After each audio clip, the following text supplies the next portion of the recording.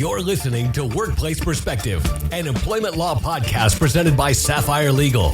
Workplace Perspective is a regular podcast series for employers and employees focusing on education, training, and the law to help organizations of all sizes develop and maintain successful workplace relationships. The opinions expressed by guests on Workplace Perspective do not necessarily reflect those of Sapphire Legal or its attorneys and should not be considered legal advice. And now, here's your host, founder and principal attorney at Sapphire Legal, Teresa McQueen. Thank you, James, and welcome everyone to Workplace Perspective, where we are striving to raise the bar at workplaces everywhere. Today, we are talking with Southern California attorney Peter Stockburger. Peter is a partner at Dentons, practicing with the firm's global employment, intelligence, and strategic services and data privacy groups. Today is part 2 of our episodes talking about the California Privacy Rights Act, an amendment to California's existing Consumer Privacy Rights Act, taking effect in 2023. The California Privacy Rights Act does have serious implications for employers as it impacts how employers collect, save, and utilize employee information. Peter has, if you haven't heard it yet, go back and listen to our first episode with Peter. He's provided some really interesting background information on the California Consumer Privacy Act and how it relates to the California Privacy Rights Act. We're going to get into acronym territory here in a few minutes, but I just want to get started by saying on our first show, Peter, I really appreciated you talked so positively about this Privacy Rights Act, and it's great to hear attorneys talk about laws that, protection laws that aren't always so bad. So I really appreciate that. You feel positive about it, or am I mistaken? Yeah, I think the development at the state level of more privacy rights for consumers, for employees at a general level is a positive development, because I think that more people should know what's happening with their data, where it's moving, how it's being used. There's obviously some challenges with the CCPA about the how it's being enforced, how it was written, how it was drafted, the amendment process. The same challenges that come with any new law. But I think what the important takeaway is from the CCPA and the CPRA is that it's not the end of the world from a business perspective. There's ways to comply with the law that you can, I think, increase your market share, increase your customer confidence, increase your employee confidence. So I am more of a glass half full type person with these laws. Maybe it's because I spend so much time thinking about them. But yeah, I would say, there's positive, there's negative, but it's all sort of mixed into a pot, in my view. I love it. Well, Peter, I realized I forgot to have you tell us, our listeners, remind everyone a little bit about who you are and what you do and why you have such an expertise in this area. Sure. Well, my name is Peter Stockburger. I am a partner at Dentons, as you mentioned. Dentons is the world's largest law firm. We've got offices all over the world. And I am based here in San Diego, California, and I specialize in this crossover of employment law, data privacy, and cybersecurity. So every single day, I'm working with dozens of clients from all over the world on thinking through these exact issues.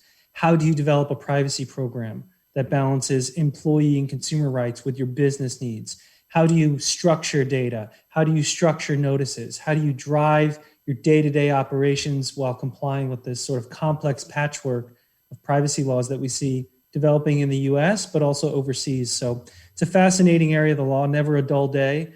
And I love talking about the CPRA. Well, good. Let's jump into it. So in our last episode, you sort of gave a wonderful explanation about the California Consumer Rights Act and how it's going to be amended by the California Privacy Rights Act in 2023. So let's shift our focus a little bit from the consumer rights and start talking about the amendment. So let's jump right into it. What can we anticipate? What's it about? Let's hear it. Yeah, so as we talked about on the last episode, the current law today is the CCPA. That's what took effect January 1, 2020. And if you remember, that was initially developed by these privacy advocates who wanted to see more data privacy in California, and they had proposed it as a ballot initiative. Well, that same group became unhappy with how the CCPA played out and how the legislative amendment process played out. So they introduced a new ballot initiative. Last year, they got it on the November ballot, and it passed by a 57% vote majority here in California. And it was Proposition 24. I don't know if you can remember how you voted on it. Most people don't remember it. But Proposition 24, and that's called the California Privacy Rights Act, the CPRA. And basically, it's an amendment to the existing law. And it adds new rights, new obligations, new restrictions on how you can handle what's called sensitive data, geolocation data. It's got all sorts of new heightened obligations on businesses. That amendment, the CPRA, passed. It's officially the law, but 99% of it does not take effect until January 1, 2023. So all of the new rights, all of the new obligations, all of the new notice requirements, none of that takes effect till January 1 of 23. There is, however, one part of the law two parts of the law that are in effect today. One relates directly to employees, job applicants, and contractors. So we talked about on the last episode that under the current law, there's an exemption for that group of people for most of the law, but they're still entitled to notice and they're still entitled to security around their data. The CPRA that passed on the ballot extends that exemption through January 1, 23. So effective today, they're still exempt, leading all the way up to January 1, 23. But, and this is really critically important for everybody listening, that exemption expires on January 1, 23. It sunsets, and there's no extension. Therefore, employees, job applicants, contractors, owners, officers, and directors, their data will technically be subject to the broadness of this new law starting on January 1, 23, unless there's a legislative amendment changing that, and unless there's a new law that changes that reality. But so as we stand here today, if you were to ask me, employers are going to need to get ready to have a full employee privacy program by January 1, 23, and that has a look back to January 1 of 22. So starting January 1 of next year, the data you collect on your employees, applicants, and contractors will be subject to the CPRA. So you actually have to start mapping your data now, thinking about how you're going to structure your program now, leading up to 23, unless there's a big legislative change, and we haven't seen any proposals yet. So if I were in the shoes of an employer, I would start planning now.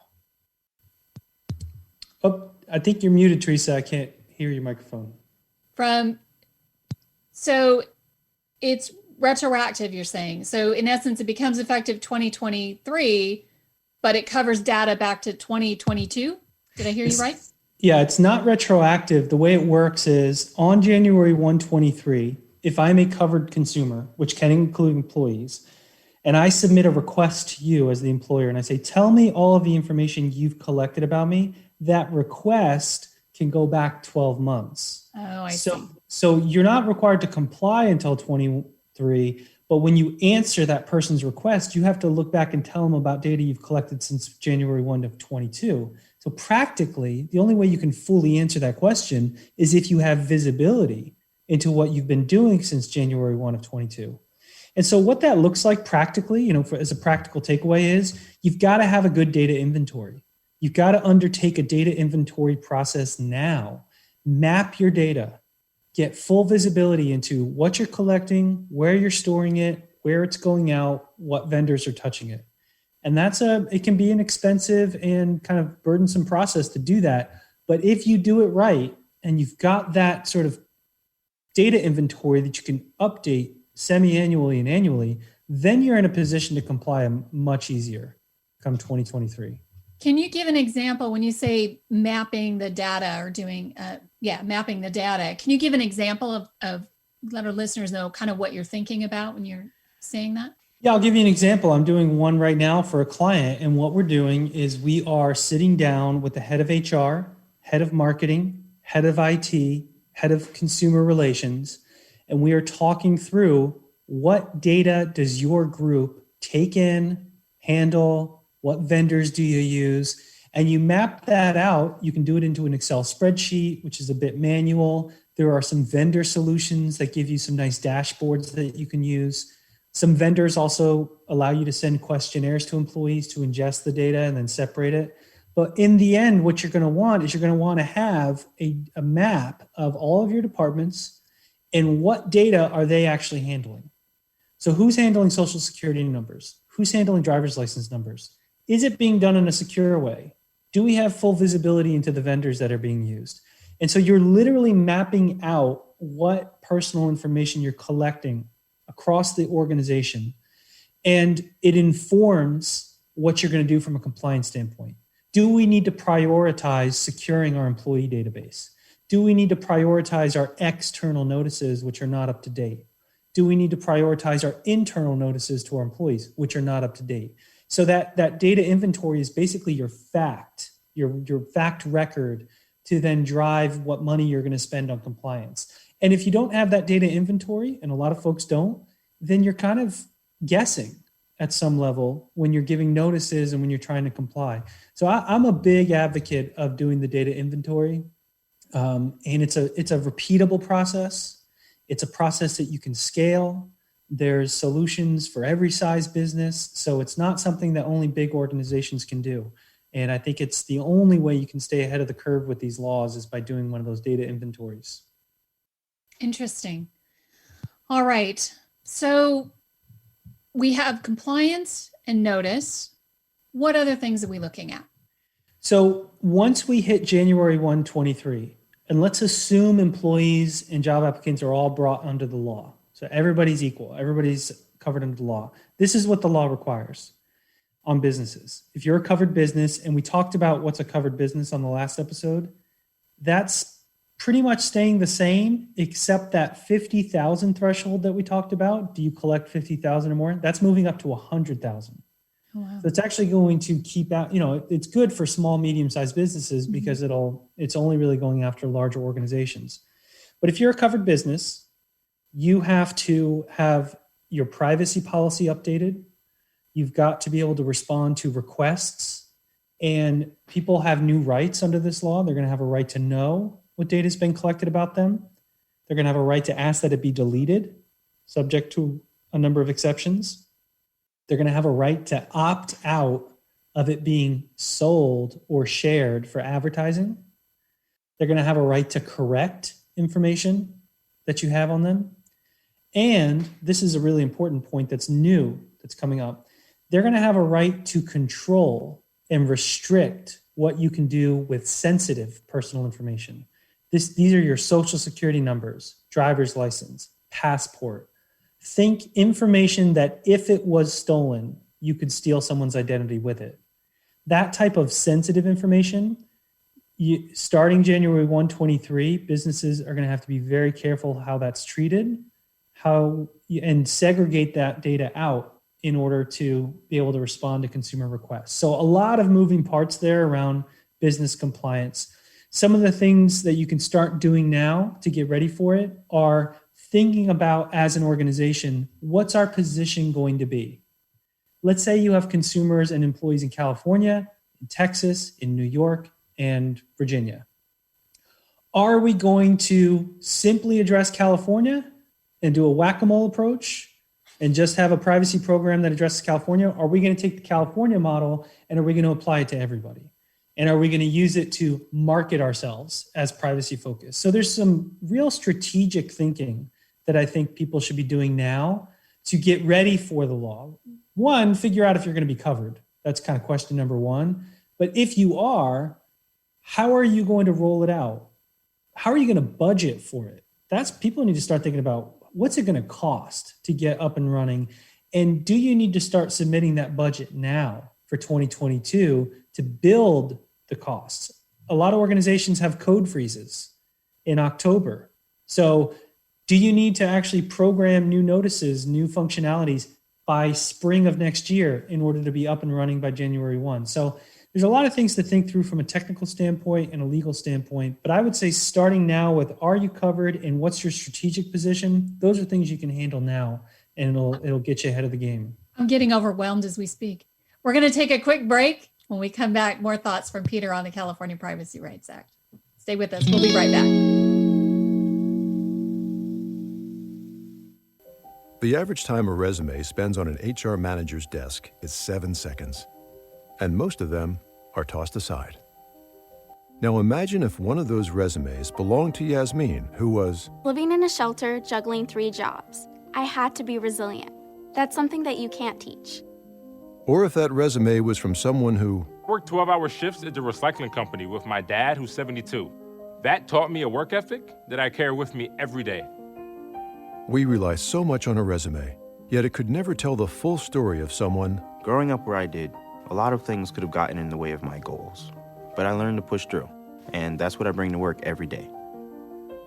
So maybe it's time we look beyond the resume and look to Grads of Life. Discover new ways to develop great talent that are so much more than what's on paper at gradsoflife.org. A public service announcement brought to you by Grads of Life and the Ad Council. If you enjoyed today's show, do this. Share us, like us, give us a review on your favorite podcast app. It means a lot to us, and it ensures more people tune in and raise the bar at workplaces everywhere. Welcome back, everyone. We are talking with employment law and privacy rights attorney Peter Stockburger about the California Privacy Rights Act. So you mentioned something, Peter, before the break. I want to go back and touch on the employee request for information. I think that's got a couple of implications, like you just mentioned, all those compliance issues and protections. But let's unpack a little bit more what employees can ask for and how employers can handle those requests. Is there any pushback for certain kinds of protected information that an employer might not want to share with an employee or might not be required to share? Right now, under the current law, employees are not entitled to make requests for access. And that's going to continue up until January 1 of 23. And I want to ask you though, but that's besides, so there are labor codes that allow an employee and a former employee, current and former, to request personnel records or records that would traditionally be kept in a personnel file. This is beyond that. This doesn't impact that particular labor code, right? Correct. So the labor code is completely separate here. The labor code provisions that are there around payroll records, personnel records, still there, can still be accessed. The CCPA does not give employee rights right now to request to know what categories of information have been collected, to know specific pieces, to request that they be deleted. Those rights were carved out for employees and job applicants under the current law. That carve out continues up to January 1 of 23. Unless there's a new amendment otherwise, starting January 1, 23, the right to make those requests will get triggered for employees and job applicants and contractors. And what that request looks like is they're allowed to ask what categories of information, and there's a whole list of categories under the law, what categories have been collected about me, from whom, how has it been shared, how has it been used. There's a sort of whole category of information that you have to disclose to people when they submit a request. So that's going to require HR departments to coordinate with privacy departments to be able to respond to those requests. It's a pretty straightforward process. But again, if you don't have full visibility into all the data you've collected, right, it's burdensome to respond. If you do have visibility into your employee data, then responding is, I don't think, going to be overly burdensome. The real challenge is there's another right. So that's the right to know, but there's also the right to delete. And employees will have the ability to say, I want you to delete my information. Now, when you're talking about, I want you to delete my old address that's in Workday. Right. Okay, maybe that's happy simple. to do that. Yeah. And maybe you just give employees the right to do that through their own portal. The real challenge and what people have raised with the legislature is, well, what happens if an employee says, I want you to delete that investigation into sexual harassment that you did on me last year. I want you to delete the complaints about me as a manager. I want you to get rid of all that bad stuff, all my delinquencies. Well, I don't think they'll be very successful in those requests because the law has a number of exceptions built in. Mm-hmm. One of the exceptions is if you need the data to comply with a legal or regulatory requirement, you don't have to delete it. So that gives you a lot of protection when it comes to your investigative records, maintaining records that the labor code requires, payroll, personnel. But there's another exception that says if you've given the person notice and you've explained how you're going to use the data, then if you're using the data for that stated purpose, you don't have to delete it. So it's sort of an exception that kind of almost swallows the rule. But so the takeaway here is you have to be careful in how you craft your notices, because those notices could be the basis for you to not have to delete a lot of data on the back end. So they're all interconnected, these kind of deletion and notice requirements.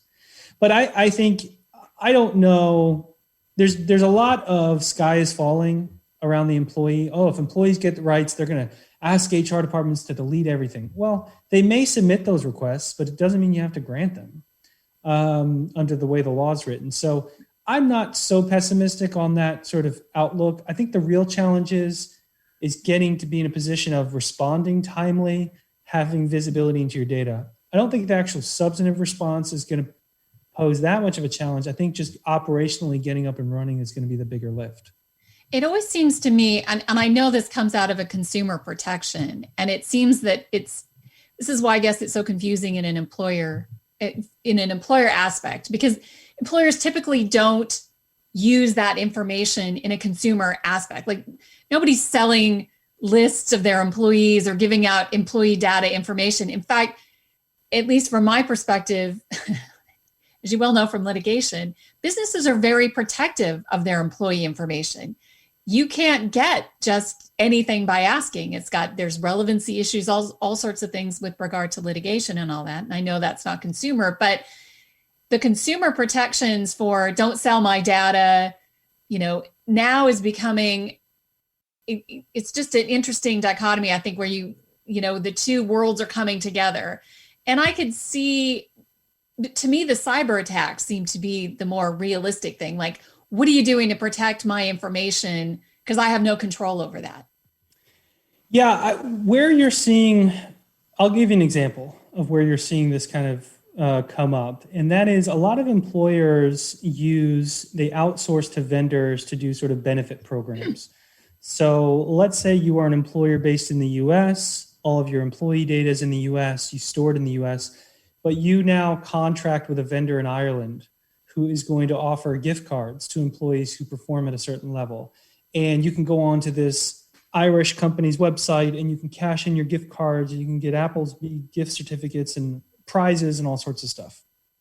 And you start sharing your employees' data with that vendor. Well, if you're not notifying your employees that that's happening and they don't know that their data is being shared with the vendor, then you may have a CCPA problem because there wasn't adequate notice. And so I think transparency to employees is the trend around saying what you're going to do with their data, because increasingly employers are using outside vendors, sharing it, data is moving between countries. And it's not a matter of getting employee consent around it, but it is a matter of notice. And that's where I think the trend in the law is moving.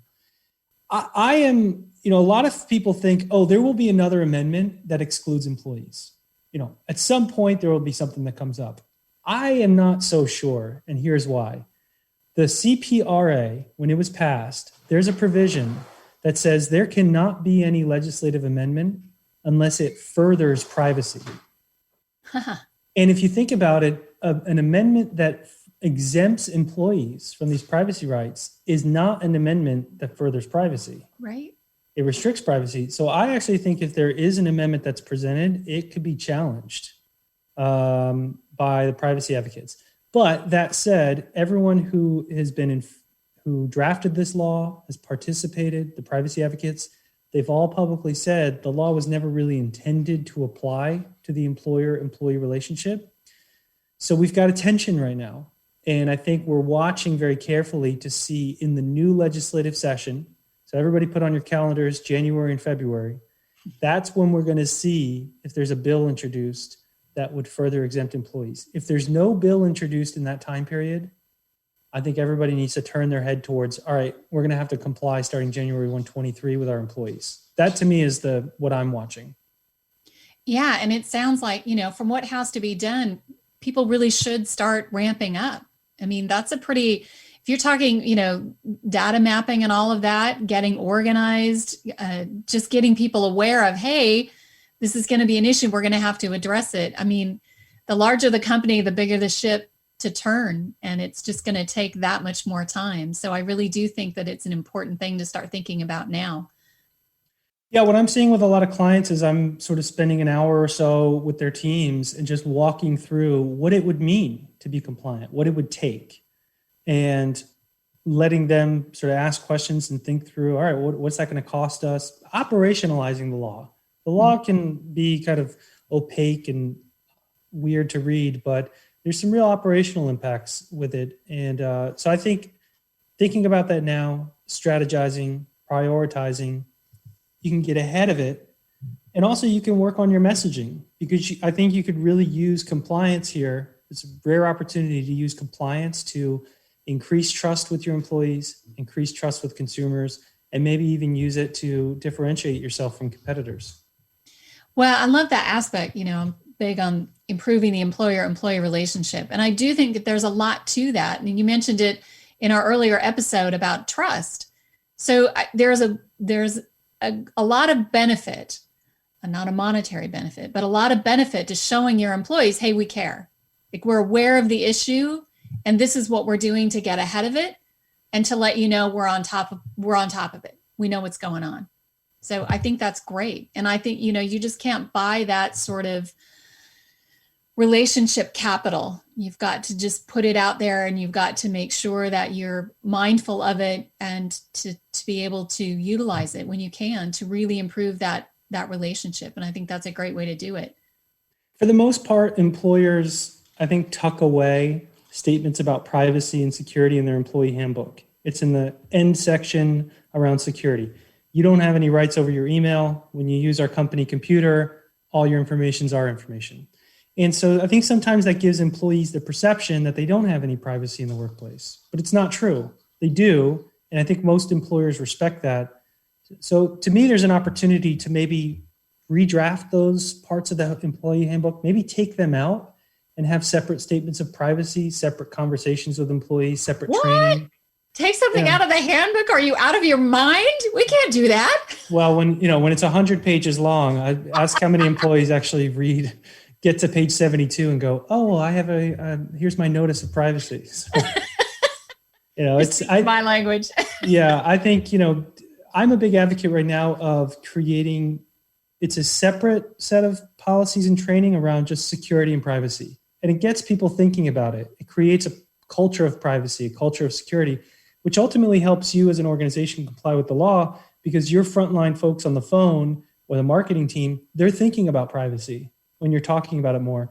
And so they're spotting issues with vendors or with customers that maybe you're not seeing from a compliance or a legal standpoint. So to me, there's a net benefit, but there's also cost involved in all of it. So that's always the challenge.